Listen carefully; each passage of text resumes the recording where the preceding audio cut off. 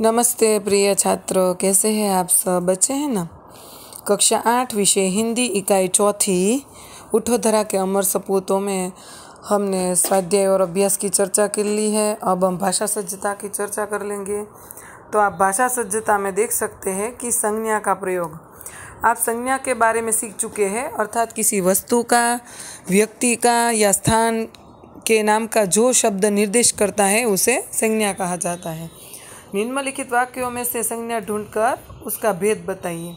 तो सोना कीमती धातु है, तो यहाँ पर है तो सोना बराबर है द्रव्यवाचक संज्ञा, माने सोना है, सोना, पीतल, तांबू, ये सब है द्रव्य है, द्रव्य। तो यहाँ द्रव्यवाचक संज्ञा है। गंगा पवित्र नदी है, तो गंगा नाम है, बराबर।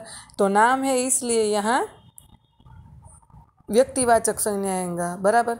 उमंग दौड़ रहा है, तो उमंग यहाँ पर व्यक्तिवाचक संज्ञा आएगी। दल जा रहा है, तो दल माने समूह का बोध होता है, तो समूहवाचक संज्ञा। राजेश भय के कारण जंगल में नहीं गया, तो उसके मन में भाव आया। कौन सा भाव आया? भय का भाव आया, बराबर। तो भाववाचक संज्ञा। इस प्रकार इन वाक्यों के आपको संज्ञा के प्रकार लिखने हैं। निम्नलिखित विधान पढ़िए और समझिए। जयेश ने कीर्ति को साड़ी दी। जयेश ने कीर्ति को साड़ियाँ दी, बहुवचन किया है। बगीचे में एक लड़का है, बगीचे में कई लड़के हैं। देखो यहाँ एक है तो यहाँ कई हो गया, लड़का का लड़के हो गया। तो उपर्युक्त वाक्यों को पढ़ने से पता चलता है कि पहले वाक्य में साड़ी से साड़ियाँ और दूसरे वाक्य में लड़का से लड़के हो गया है, यानी एक वचन का बहुवचन हुआ है। अब आप इसी तरह निम्नलिखित एक वचन वाक्यों को बहुवचन में परिवर्तित कीजिए। मुझे लुटेरे का डर था, तो हमें लुटेरों का डर था। पक्षी ने उड़ान भरी, पक्षियों ने उड़ानें भरी। उसने मुझे मिठाई दी, उन्होंने हमें मिठाइयाँ दी।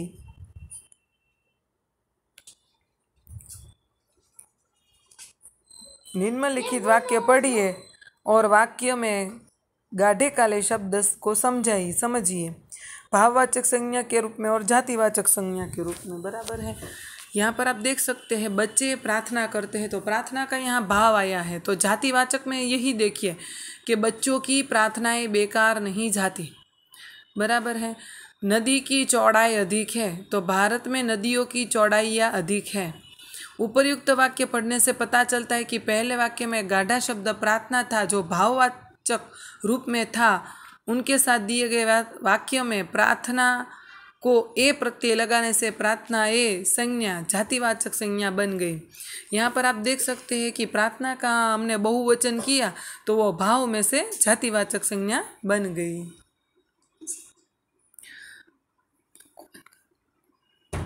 इतना जानिए, भाववाचक संज्ञाओं का प्रयोग सदैव एक वचन में किया जाता है।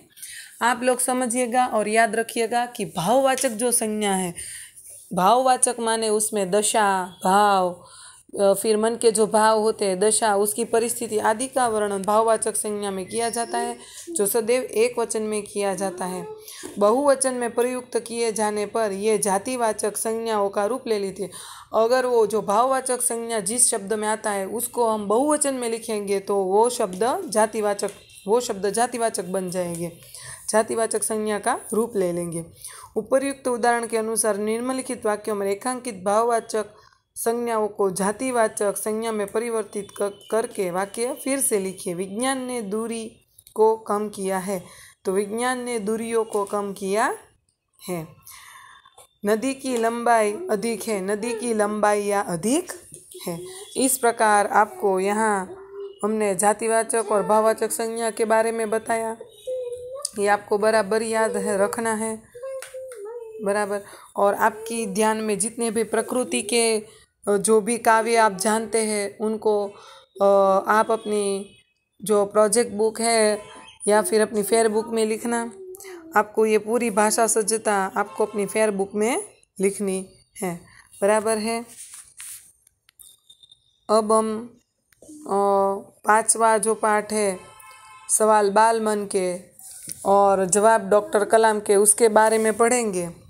तो यहाँ पर आप देख सकते हैं कि सामने बच्चे बैठे हैं और उसके सामने हमारे जो राष्ट्रपति थे, पूर्व राष्ट्रपति डॉक्टर अब्दुल कलाम, जो अब इस दुनिया में नहीं रहे, हमारे बीच नहीं रहे, उन्होंने बच्चों के साथ जो बातचीत की थी उसके आधार पर ये पूरी इकाई बनाई गई है।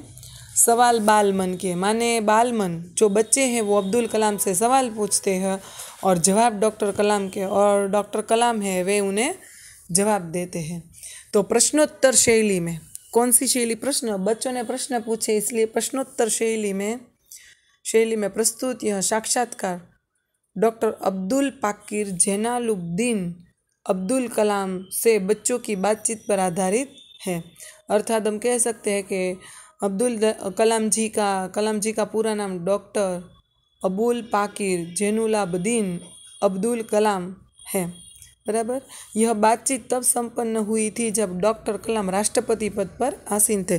जब वे राष्ट्रपति पद पर थे तो अलग अलग जगहों पर वे जाते, तब बच्चों से मिलते और बच्चे जो उन्हें प्रश्न पूछते, इन सभी प्रश्नों का यहाँ संकलन किया गया है।